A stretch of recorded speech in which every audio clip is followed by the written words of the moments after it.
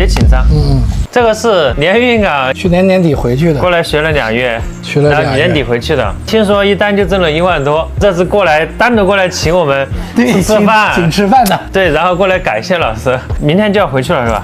周天回去。这几天你过来学没学到技术啊？学了点，主要是转转的，主要是过来散散心，心情不好。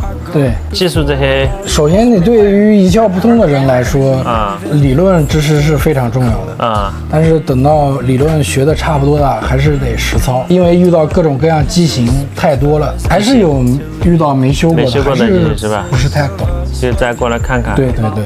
那你看我们那个李同学怎么样？他也学了40天了。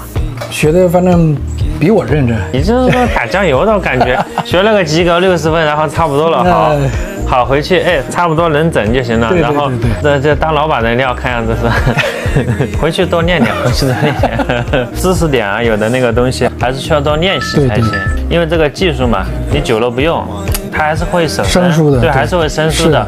修咖啡机还是一个对技术一方面要求很高，第二方面实操要求很高，还要多总结经验。你见得多，修得多了，你自然就修得快了。对。对对，在文老师那边学，确实能学到很多东西。这边的环境啊也很好，人与人之间也相处得很和平、很和谐。文老师教学这一块也尽心尽力，什么不懂呢也及时教你，反正很好。学习修咖啡机找文老师，非常认真负责的一个老师。维修教学，文老师专业。